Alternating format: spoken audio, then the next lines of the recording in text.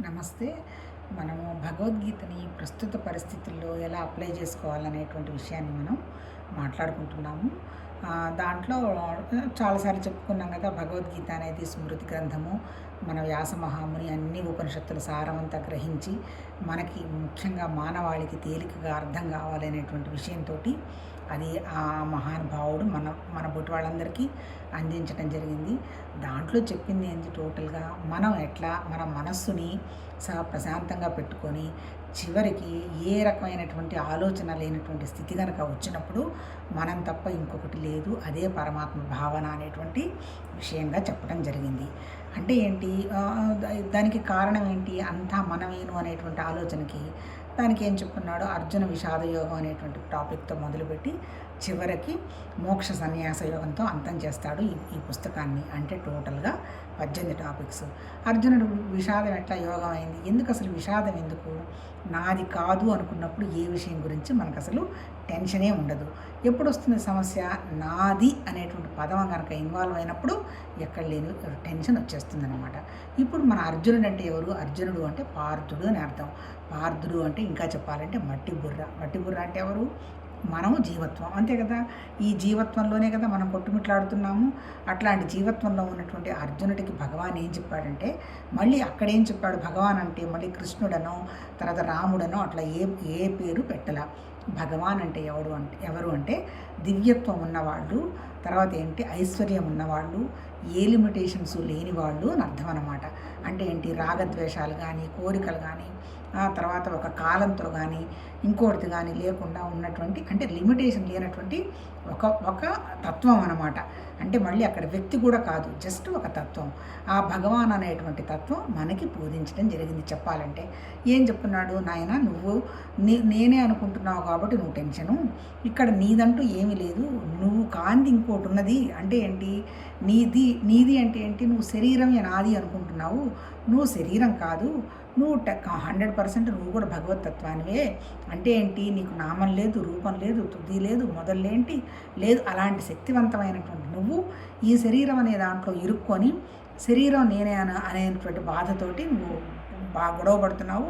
ఇప్పుడు నువ్వు చేయాల్సింది ఏంటి, నేను శరీరం కాదు, నేను మనసు కాదు, నేను ప్రాణం కాదు అనేటువంటి విషయాన్ని గ్రహించి చివరికి ఏ ఆలోచన ఏ కోరిక లేనటువంటి స్థితికి నువ్వు వెళ్ళావంటే నువ్వే భగవతత్వ భావం నాయన అని చెప్తూ దానికి మరి ఏంటి ఆటంకాలంటే, నీకు దగ్గర నీ శరీరం అనేటువంటి పదార్థం తయారు చేసుకున్నవి ఒక 24 తత్వాలు ఉన్నాయి. ఆ తర్వాత ఇంకోటి ఏంటి, అది అట్లాగే నువ్వే అనేటువంటి పరమాత్మ తత్వాన్ని నువ్వే అనేటువంటిది గ్రహించడాన్నే అనుభవం అన్నారు.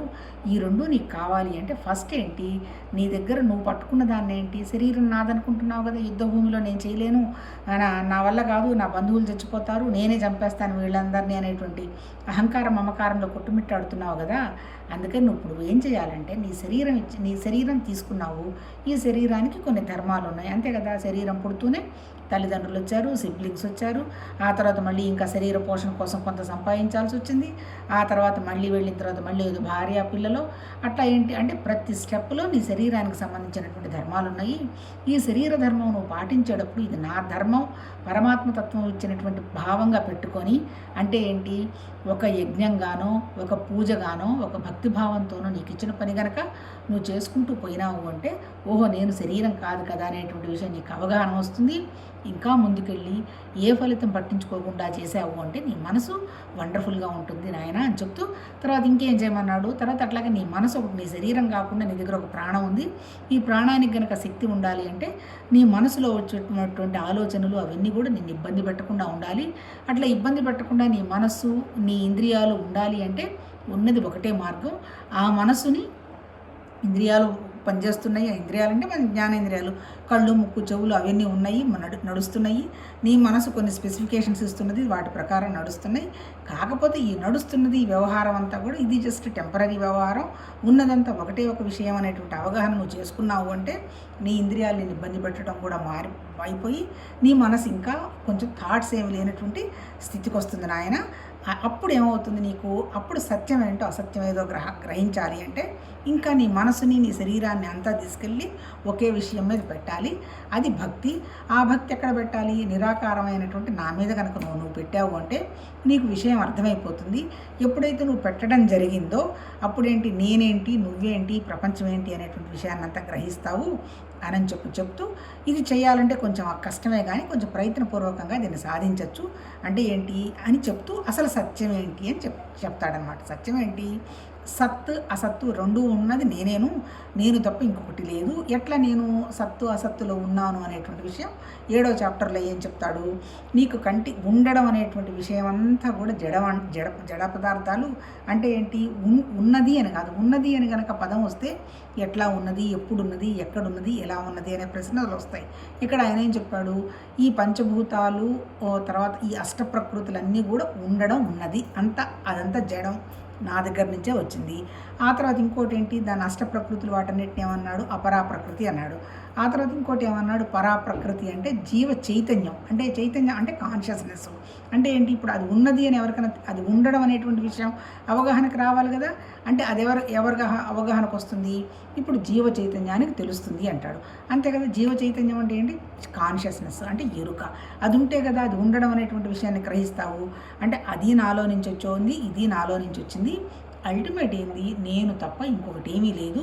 ఆ తర్వాత సృష్టిలో ఉన్నటువంటి పొటెన్షియాలిటీ అంటే ఏంటి? నీళ్లలో ఉన్న శక్తి కానీ, తర్వాత భూమిలో ఉన్న శక్తి కానీ, ఆ తర్వాత నీ మనసుకున్నటువంటి ఆలోచన శక్తి కానీ అవన్నీ కూడా నాలో నుంచే వచ్చినవి.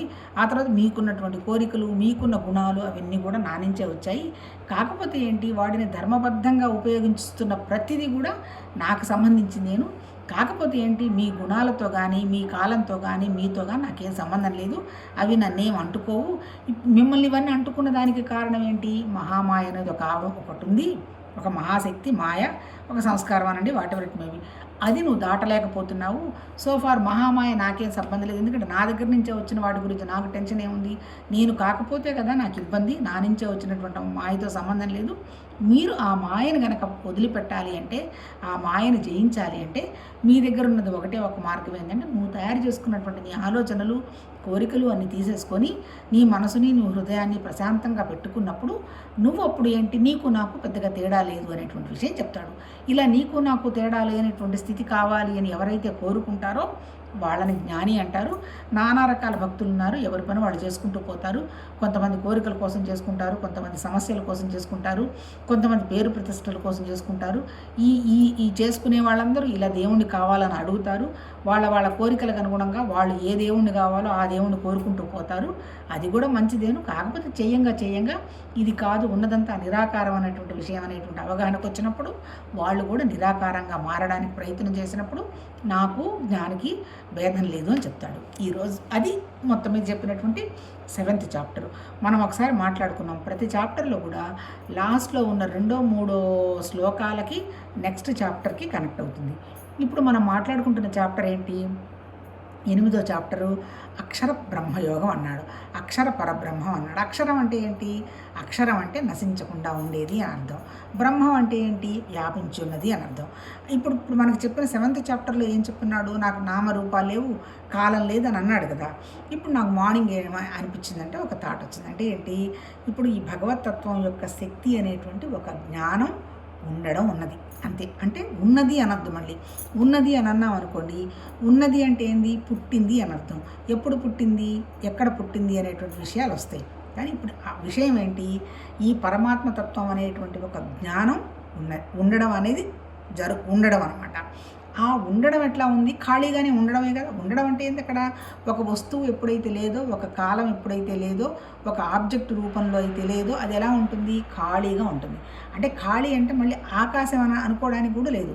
అంటే ఆకాశం కూడా సంబంధం లేకుండా ఉన్నటువంటి ఒక జ్ఞానస్థితి అనుకోవచ్చు. అంతే కదా. ఇప్పుడు మన ఆలోచన ఉంది, మన దగ్గర జ్ఞానం ఉంది, అది మనం చూడగలమా? జస్ట్ అది ఒక సజెషన్ ఇస్తుంది. ఇదిగోనమ్మా పోయి నువ్వు వంట చేయాలి, అలా వెళ్ళు అనేటువంటిది ఒక ఆలోచన వస్తుంది. వంట చేయటం అనేది ఏంటి? అది ఒక జ్ఞానం అంతే కదా. ఇదో కూర పప్పు, ఇదేదో కూరగాయలు తరగాలి, ఆ పప్పు పడేయాలి, గ్యాస్ మీద పెట్టాలి అనేది జ్ఞానం. అవి రెండు మన కంటికి కనపడతాయా? కంటికి కనపడవు. కనపడేది ఏంటి? మన స్థూల శరీరం ఒకటే కనపడుతుంది. నాకు ఆలోచన వస్తుంది, చెయ్యాలనే భావం వచ్చినప్పుడు నేను లేచి చేయడానికి వెళతా. అంతే కదా. ఇప్పుడు ఇక్కడ అందుకనేంటి, ఇప్పుడు ఈ జ్ఞానానికి ఏమన్నా ఈ చేసే పని ఏదన్నా అంటుకుంటుందా? ఏం అంటుకోద్దు. జస్ట్ అది ఆలోచన ఇచ్చింది, పో వంట చేసుకొని ఇచ్చింది. అంటే మళ్ళీ వంట చేసిన తర్వాత తినేది ఎవరు? శరీరం. మళ్ళీ తినిన తర్వాత నాలుగు మీద పెట్టుకున్న తర్వాత అనుభవం ఎక్కడొస్తుంది? మళ్ళీ అంతర్గతమైన అనుభవం. అంటే అల్టిమేట్ ఏంది ఇక్కడ చెప్పింది? ఆ మహానుభావుల వాళ్ళ మేధా సంపత్తి ఏంటో మనకు అసలు ఎంత ఆలోచించినా అర్థం కాదు. అంటే ఏంటి, ఆ ఉండడం అనేటువంటి ఉండడము ఆయన ఏమంటున్నాడు? ప్రకృతిలాగా వ్యక్తమైంది అంటున్నాడు. ప్రకృతులు అంటే ఏంటి? పంచభూతాలు, భూమి, నీళ్లు, అగ్ని, వాయువు, ఆకాశం. అందుకని ఎక్కడి నుంచి వ్యక్తం అయింది అంటున్నాడు? అందుకని అది చెప్పటానికి మన ఋషులు ఏం చెప్పారు? ఆ జ్ఞానం అనేటువంటి ఒక ఆలోచన సృష్టి ఉంటే బాగుంటుందనేటువంటి ఇది. ఎందుకయ్యా నువ్వు సృష్టి చేసావంటే, నాకు జస్ట్ ఫ్రీడమ్, నేను కూడా ఎలా ఉంటుందో చూద్దామనే ఆనందం కోసం చేశాను అని అంటాడు ఒక మాట. ఆ తర్వాత అది నన్ను అడగద్దు ఎందుకు వ్యక్తమైంది అనేటువంటి చెప్పారు. అది వ్యక్తమైందని చెప్పడానికి ఇక్కడ మనిషి ఎవరు? ఎందుకంటే ఆయనకు నామం లేదు, రూపం లేదు, కదులు లేదు, గోంగూర లేదు, ఏమీ లేని మనిషి ఎవరికి సమాధానం చెప్తారు? అందుకని ఎక్కడి నుంచి ఏమీ సమాధానం లేదు. సమాధానం ఏదన్నా వస్తే ఎక్కడి నుంచి వస్తుంది? ప్రకృతి నుంచి వస్తుంది. ప్రకృతి అంటే ఏంటి? మళ్ళీ జడ ప్రకృతి ఉంది, అది మళ్ళీ పాపం కదలదు. ఇప్పుడు భూమి ఉంది, ఎంత తవ్వినా వచ్చి మన ఏమైనా శాపం పెడుతుందా? లేచొచ్చి ఊరికినే మనం అనుకోవటమే, భూమాత కోపం వచ్చింది, చెట్టు కోపం వచ్చింది, చామ కోపం వచ్చింది అనుకోవటమే, కానీ అదేమి రియాక్ట్ అవ్వదు. అదే మళ్ళీ మనం పాము దగ్గరికి వెళ్ళి తోక మీద కొట్టామనుకో, అది వచ్చి బుస్సును పైకి లేస్తుంది. అంటే ఏంటి? ఈ జీవత్వంలో ఏంటి? చలనం ఉంది. జీవత్వం కాని దాంట్లో చలనం లేదు. ఇప్పుడు నీళ్లు ఉన్నాయి, నీళ్ళల్లో తీసుకెళ్ళి ఎన్ని రకరకాల ఫ్యాక్టరీ మెటీరియల్ అంతా పడేస్తున్నాము. నీళ్లు కూడా వచ్చి మనకేం శాపం పెట్టదు. అట్లాగే అంతా వ్యాపించినటువంటి గాలిని పాడు చేస్తున్నాము, గాలి వచ్చి మననేం శాపం పెట్టదు. అలా అన్ని స్పర్శ అంటే ఖాళీలో ఉన్నాం. ఎక్కడ? ఆకాశంలో నా దగ్గర ఇన్ని ఇళ్ళు ఉన్నాయి, అన్ని బుళ్ళు ఉన్నాయి అని అదేమైనా చెప్తుందా? అదేం చెప్పదు. అంటే ఏంటి? ఆ జ్ఞానం అనేటువంటి ఒక తత్వం శక్తిలో నుంచి ఫస్ట్ వ్యక్తమైంది ఏంటి అంటే, ఖాళీలో ఉండాలిగా. ఏదన్నా ఇప్పుడు మన శరీరం ఉంది. ఇప్పుడు శరీరం అంటే ఏంటి? శరీరం కూడా ఒక గది, అంతే కదా. ఇప్పుడు ఈ గది లాంటి ఒక శరీరంలో లోపల ఒక ప్రాణం ఉంది, లోపల ఆలోచనలు వస్తున్నాయి. ఆ తర్వాత ఏంటి? ప్రతి జాయింట్కి ఇప్పుడు కాళ్ళు కదులుతున్నాయి, చేతులు కదులుతున్నాయి. అంటే ఎలా కదులుతున్నాయి? లోపల ఖాళీ ఉండబట్టే, పొట్టలో ఖాళీ ఉండబట్టే ఆహారం తీసుకుంటున్నాం. అంటే అల్టిమేట్ ఏంటి? మొత్తం టోటల్ యూనివర్స్ అంతా ఒక ఖాళీ లాంటి దాంట్లో నుంచే వ్యక్తమైంది. అందుకని ఏం చెప్తున్నాడు? అందుకని ఆకాశం మళ్ళీ దేవుడు చెప్పటంలే. ఆకాశం అనేది ఒక ఖాళీ అన్నమాట. ఎక్కడ ఖాళీ? ఆ నిరాకారమైనటువంటి నిశ్చలమైన పుట్టుక చలనము లేనటువంటి ఒక పరమాత్మ తత్వం అనేటువంటి ఒక ఆలోచన ఈ ఖాళీలోకి, ఖాళీ కనపడదు. ఖాళీ మనకేం కనపడదు, ఖాళీ ఉందని మనం అనుకుంటున్నాం, అంతే కదా. ఇక్కడి నుంచి మనం ఆకాశం చూస్తే ఆకాశం ఎట్లా ఉంటుంది? బ్లూగా ఉంటుంది, తెల్లగా ఉంటుంది. అలాగే మనం ఫ్లైట్స్లో పోతున్నప్పుడు కూడా మబ్బులు, క్లౌడ్స్ వెళుతున్నట్టే ఉంటాయి. మనం పోయి క్లౌడ్స్ని పట్టుకోగలమా? పట్టుకోలేము. అంటే ఏంటి? కనపడుతున్నాయి కానీ అది లేదనమాట. అంటే ఈ కనపడకుండా ఉన్నటువంటి ఒక ఖాళీలోకి ఒక గాలి వచ్చి చేరింది. ఎప్పుడైతే గాలి వచ్చిందో శబ్దం మొదలైంది, అంతే కదా. ఇప్పుడు మన వాళ్ళు అంటారు కదా, ఓంకారం అది చలనం సృష్టి జరిగింది, శబ్దం వల్ల వచ్చింది అంటారు. శబ్దం అంటే ఏం లేదు, గాలి శబ్దం వచ్చిన తర్వాత ఆ శబ్దము గాలిలో ఆ ఆకాశంలో ఉన్నటువంటి శబ్దంలో నుంచి అప్పుడు చిన్నగా అగ్ని మొదలైంది, అంతే కదా. ఈ అగ్ని ఎప్పుడైతే వచ్చిందో రూపం మొదలైంది, అగ్నితోటి మొదలైంది అంటారు. అందుకే ఏంటి?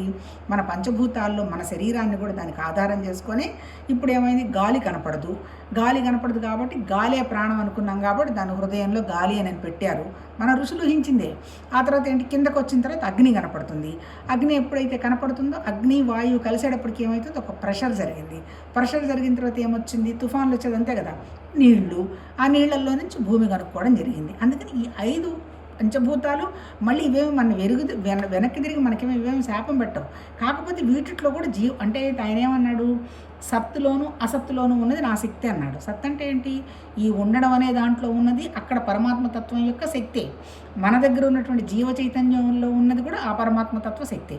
ఇప్పుడు ఈ జడంలోనే మళ్ళీ ఆయన ఏం చెప్పాడు? పంచభూతాలతో పాటు ఏం చెప్పాడు? మనసు, బుద్ధి, అహంకారం చెప్పాడు. ఆ తర్వాత మన జీవ చైతన్యం వచ్చింది. ఈ జీవ చైతన్యం వచ్చిన తర్వాత ఇప్పుడు ఇంకా సృష్టి ఏంటి అంటే, సృష్టి వ్యక్తం అవుతూ ఉన్నదన్నట్టు చెప్తున్నాడు కదా. అంటే ఏంటి? ఆయన చెప్పింది అణువణువు నేను తప్ప ఇంకోటి ఏం లేదు అన్నాడు. అంటే ఉన్నదంతా నా తత్వమేను, కాకపోతే నువ్వేంటి? మనసు ఎప్పుడైతే ఏర్పడిందో, బుద్ధి ఏర్పడిందో, ఈ జీవ చైతన్యంలో ఉన్నటువంటి ఈ సృష్టిలో ఈ మనసు సృష్టించుకుంటూ పోయింది. ఎప్పుడైతే ఈ సృష్టించుకున్న పోయిందంతా మళ్ళీ తీసేసుకున్న తర్వాత మళ్ళీ ఉండేదంతా నిరాకారమే అంటాడు. ఇప్పుడు నాకు ఈరోజు వచ్చిన అవగాహన ఏమనిపించింది? ఇప్పుడు ఇప్పుడు నిరాకారమైనటువంటి పరమాత్మ తత్వంలో కాలం ఎక్కడుంది? పాపం నేను కాలాతీతుడిని అంటాడు. ఎందుకు కాలాతీతుడు? పుట్టలేదుగా. పుడితేనేగా కాలం వచ్చేది. ఆ తర్వాత నాకు నామం లేదు అంటాడు. ఆలోచనే లేదుగా. ఆ కనపడుతున్న ఆలోచన మనకెవరికి కనపడుతుంది? సృష్టి జరగాలి అనేటువంటి ఒక ఫార్మల్ థాట్ తప్ప ఎవరో ఉండి చేశారనే దానికి ఆలోచన లేదు. అంటే ఏంటి, అక్కడ నామం లేదు, టైం లేదు, ఇంకోటి ఏం లేదు, రూపం కూడా లేదు. అంతే కదా, ఒక ఆబ్జెక్ట్గా ఆయన ఏం లేడు కదా. అంటే ఒక ఖాళీ లాంటి ఒక జ్ఞానం అంతేనబ్బా. ఒక జ్ఞానమే పరమాత్మతత్వం, ఇంకా అంతకంటే ఏం లేదు. ఈ ప్రకృతి అంతా ఏంటి, ఇంకా ఈ ప్రకృతి అంతా నీకు కంటికి కనపడుతూ ఉన్నది. అందుకని ఈ ప్రకృతిని ఏమన్నాడు, ఈ కంటికి కనపడుతున్నది ఏది పర్మనెంట్గా ఉండదు. అంతే. ఇప్పుడు భూమి ఉందనుకో, భూమి అంతకుముందు నీళ్లు కలిసిపోయిందనుకో భూమి లోపలికి వెళ్ళిపోతుంది. అట్లాగే కొన్ని చోట భూమిలోకి నీళ్ళు వచ్చేసాయనుకో, అంటే ఏంటి, అల్టిమేట్గా ఏంటంటే ప్రకృతిలో ఇప్పుడు చెప్తున్నటువంటి అష్ట ప్రకృతులు, మనసు, బుద్ధి, అహంకారం, ఆ తర్వాత జీవ చైతన్యంతో సహా ప్రతిదీ మారుతూ ఉన్నది. అంటే ఆ మహానుభావుల యొక్క వాళ్ళ యొక్క మేధా సంపత్తి అంటే మారుతూ ఉన్నది. మరి ఈ మారుతూ ఉన్న దాని గురించి మనం భయపడతాం కదా, న్యాచురల్ కదా. ఇప్పుడు ఎంతోమంది చచ్చిపోతున్నారు, ఎంతోమందికి జబ్బులు వస్తున్నాయి. మరి ఇట్లా ఎందువల్ల జరుగుతుంది ఇదంతా, దానికి ఆయన చెప్పిందని ఈ మన ఆలోచనలతోటి ఇవన్నీ పెంచుకున్నాం కదా. ఇప్పుడు ఏం చెప్తున్నాడు, నువ్వు ఆలోచనను తగ్గించుకొని నేనేం లేదు, ఉన్నదంతా అదే తత్వం అనేటువంటి శక్తి పెట్టుకున్నావు అనుకో, నీ భౌతికంగా పోతూ వస్తూ ఉన్న దాని గురించి భయం పోతుందిగా. అందుకని ఏం చెప్పారు, ఇంకా పోతూ వస్తూ ఉంటుందంటే ఇదిగోనమ్మా ఈ జన్మ పునర్జన్మ, అది ఈ జన్మ అంటే ఇది, నువ్వేం పర్మనెంట్గా పోలే, మళ్ళీ వస్తావులే అని మళ్ళీ ఒక ఆశ. అల్టిమేట్ ఏం లేదు, మన దగ్గర ఉన్నటువంటి ఈ మనసుకు ఉన్నటువంటి ఆలోచనలు, కోరికలని కనుక మనం జీరో చేసుకోగలిగితే అక్కడ ఉన్నటువంటి జీరో ఈ జీరో ఒకటే అవుతుందని 7th చాప్టర్లో చెప్పడం జరిగింది. అంతకంటే ఇంకేం లేదు. అంటే ఇప్పుడు మళ్ళీ కంటిన్యూషన్ ఏంటి, నేను 7th చాప్టర్ కంటిన్యూషన్ మాట్లాడుకున్నాం కదా. ఆదిభూత, ఆది దైవ, ఆది యజ్ఞాలతో పాటు అందరికీ ఆత్మరూపుడమైన నన్ను అంత్యకాలమందైనను తెలుసుకున్నవారు నిశ్చల బుద్ధితో నన్నే చేరుదురు. అంటే ఏంటి, ఏమీ లేని స్థితి కనుక వచ్చేస్తే మన మనసుకి ఓహో ఉన్నది అదేటువంటి విషయం కదా అనేటువంటి అవగాహన రావడం జరుగుతుంది అని అర్థం అనమాట. అంతకంటే ఏం లేదు. ఆదిభూత అంటే మళ్ళీ ఆ సృష్టికి మూలం ఆయనే కదా. ఈ పంచభూతాలు సృష్టించింది అక్కడి నుంచే కదా. ఆది దైవం అంటే మళ్ళీ మనసు కానీ, ఈ మనసు అనండి, లేకపోతే దానికి అందుకే తేజస్సు అంటారు, సూర్యశక్తి. ఆ సూర్యశక్తి తేజస్సే మన జీవశక్తి. అది కానీ తర్వాత ఇంకేమంటున్నాడు, ఆది యజ్ఞాలతో పాటు, ఆది యజ్ఞాలతో పాటు అంటే మొత్తం టోటల్ ఎనర్జీ అనమాట. మొత్తం సృష్టి ఎట్లా వ్యక్తమైంది అనేటువంటి విషయానికి అంతా నాదే అనేటువంటి విషయం గ్రహించిన వాళ్ళు వస్తారు. అంటే ఏంటి, ఎక్స్క్యూజ్ మీ, మనం లేని స్థితిలో ఉండగలగటం అబ్బా. అది 2 విధాలా మనకి లాభమే. ఎందుకు, భౌతికంగా ఈ టెంపరీగా ఉన్నటువంటి విషయాలన్నింటిలో నుంచి బయటపడతాం. ఎప్పుడైతే కోరిక లేదో మన శరీరం శక్తి కానీ, మన ప్రాణశక్తి, మానసిక శక్తి వృధా కాదు. అల్టిమేట్ ఏమవుతుంది, ఒకే ఆలోచనలో ఎప్పుడైతే ఉంటామో అదే ఉన్నదనేటువంటి భావం ఉన్నప్పుడు నిశ్చలంగా ఉంటాము. ఆ తర్వాత అదే థాట్ను పట్టుకుని ఎప్పుడైతే ఉంటామో చివరి పరిస్థితి దాకా కూడా అదే థాట్ ఉంటుంది.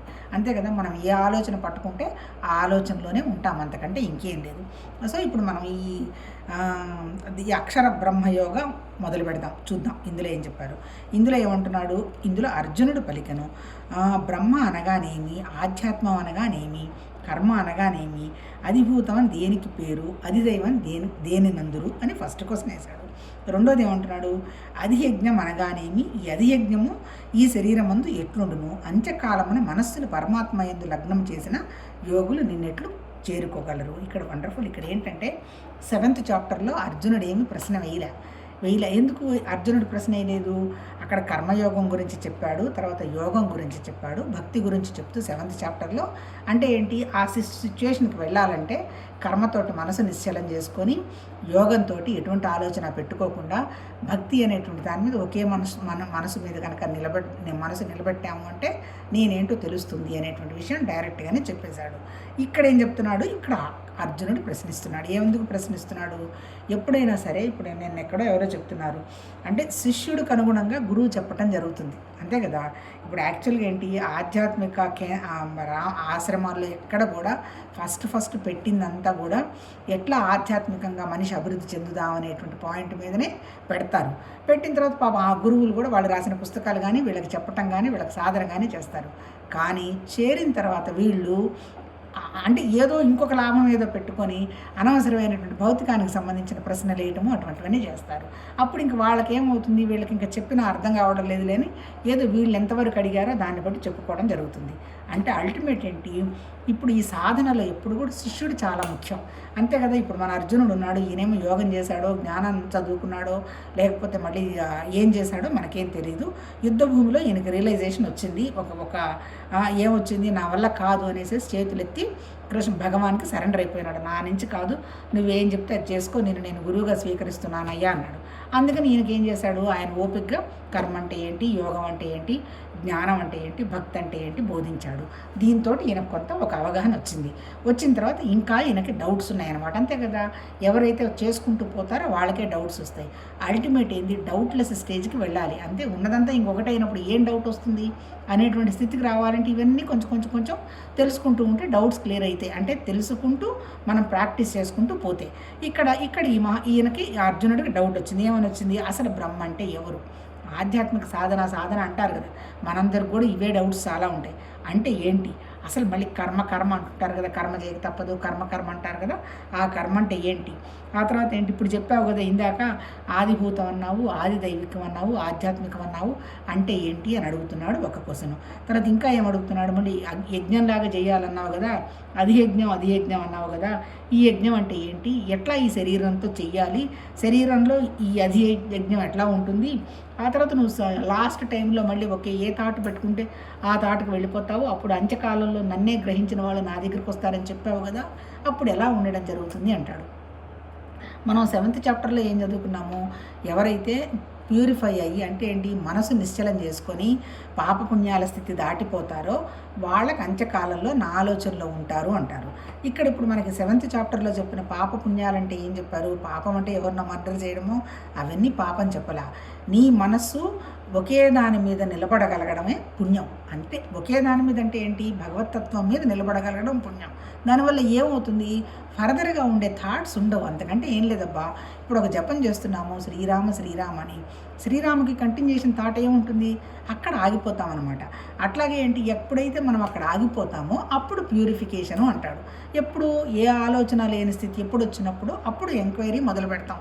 అప్పుడు అంటే అప్పటిదాకా అక్కడ పోవాలి, ఇక్కడ పోవాలి, అది కావాలి, ఇది కావాలి ఉన్నంతకాలం మనసు పరుగులు తీస్తూనే ఉంటుంది.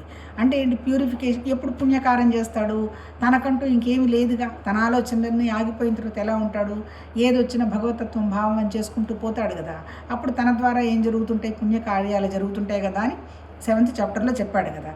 ఇప్పుడు అడుగుతున్నాడు అర్జునుడు ఏమని, మరి లాస్ట్ స్టేజ్లో మరి నీ ఆలోచన పెట్టుకోవాలంటావు కదా, అది ఎలా కుదురుతుంది అని అడుగుతాడు. ఇక్కడ ఏం చెప్తున్నాడో చూద్దాం. భగవానుడు పలికెను, బ్రహ్మమనగా సర్వశ్రేష్ఠుడు, శాశ్వతుడు. చాలాసార్లు చెప్పుకున్నాం కదా మనం. అంటే ఏంటి, నామరూపాలు లేనటువంటి భగవతత్వానికి ఏంటి, సర్వశ్రేష్ఠుడు అంటే ఏంటి, అన్నీ తెలిసినవాడు, సర్వత్రా వ్యాపించినవాడు, శాశ్వతుడు అంటే అంతే కదా. ఇప్పుడు మనకున్నటువంటి నిరాకారమైన జ్ఞానం ఎక్కడికి పోతుంది, మాయతో సృష్టి అయినటువంటి ప్రకృతి ఉంటుంది, పోతుంది. కానీ ఆ సర్వత్రా వ్యాపించినటువంటి ఆ జ్ఞానం ఉంది కదా, ఆ జ్ఞానం ఎక్కడికి పోతుంది. ఎందుకంటే నామం లేదు, రూపం లేదు, టైం లేదు, ఏమీ లేదు, అది అలానే యాజ్ ఇట్ ఈజ్గా ఉంటుంది. దాన్ని బ్రహ్మం అన్నారు అంటాడు. తర్వాత ఇంకోటి, ఆధ్యాత్మము అనగా సస్వరూపం అనగా జీవాత్మ పరమాత్మ యందు లీనమైన సకల భూతాలను బహిర్గతమనర్చి వాటి ఉత్పత్తి అభ్యుదయాలకు కారణమైన చేష్టను అనగా సృష్ట్యాది కర్మలను కర్మయందురు. ఇక్కడ మనం ముందు ఆధ్యాత్మం అనగా చూద్దాం. ఆధ్యాత్మం అనగా స్వస్వరూపము అనగా జీవాత్మ. ఇప్పుడు ఆధ్యాత్మం అంటే ఏంటి, మనమే. అంటే స్వస్వరూపం అంటే నా జీవత్వాన్ని ఆధ్యాత్మికత అంటాడు. అంటే వీళ్ళు ఆధ్యాత్మికతలో ఉన్నారండి అంటే ఏంటి, కొంచెం శరీరాన్ని దాటి కాస్త ప్రాణము, మనస్సు ఇవన్నీ కూడా గ్రహించుకుంటూ ఉండేవాళ్ళని ఆధ్యాత్మికత అన్నారు. అంటే ఇక్కడ ఆధ్యాత్మికత అంటే ఏం చెప్తున్నాడు, జీవత్వం అని చెప్తున్నాడు. జీవత్వం అంటే ఎవరు, మనమే.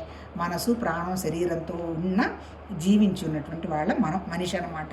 ఇప్పుడు మిగిలిన జంతువులన్నిటికి కూడా జీవం ఉంది, కాకపోతే వాటికి బుద్ధి లేదు కదా, అందుకని వాటిని ఆధ్యాత్మికత అని అనరు. కేవలము మనసు, బుద్ధి, శరీరం ఉన్నటువంటి మన జీవత్వం ఉన్నటువంటి మనమే ఆధ్యాత్మికత అంటాడు.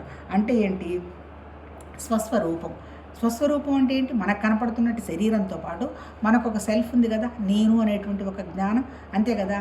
నేను చెయ్యి అనం కదా, ఇది నా చెయ్యి, ఇది నా పుస్తకము, ఇది నేను చదువుతున్నాను, ఇది నా కాలు, ఇది నా చెయ్యి అంటే ఏంటి?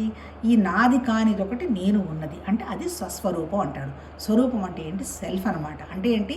ఇప్పుడు మన దగ్గర ఎన్ని ఉన్నాయి? 2 ఉన్నాయి. ఒకటేంటి? నాది అనేటువంటి శరీరం ఉంది, నాది అనే ప్రాణం ఉంది, నాది అనేటువంటి ఒక మనస్సు ఉంది. మళ్ళీ నేను మనస్సు అని కాదు, మళ్ళీ ఈ 3 ఉన్నాయి కదా. ఈ మూడు కలుపుకొని ఉన్నదేంటి? నేను అనేటువంటి నా జ్ఞానం. అంటే ఏంటి? నా జ్ఞానంలో ఇవన్నీ ఉన్నాయన్నమాట. అంటే నా జ్ఞానం తీసేస్తే ఇవేవీ లేవు. అందుకనే కదా అంటే స్వస్వరూపం అంటే నేను అనేటువంటి పర్మనెంట్ జ్ఞానం అనమాట, స్వరూపం అది. ఆ తర్వాత ఇంకేంది?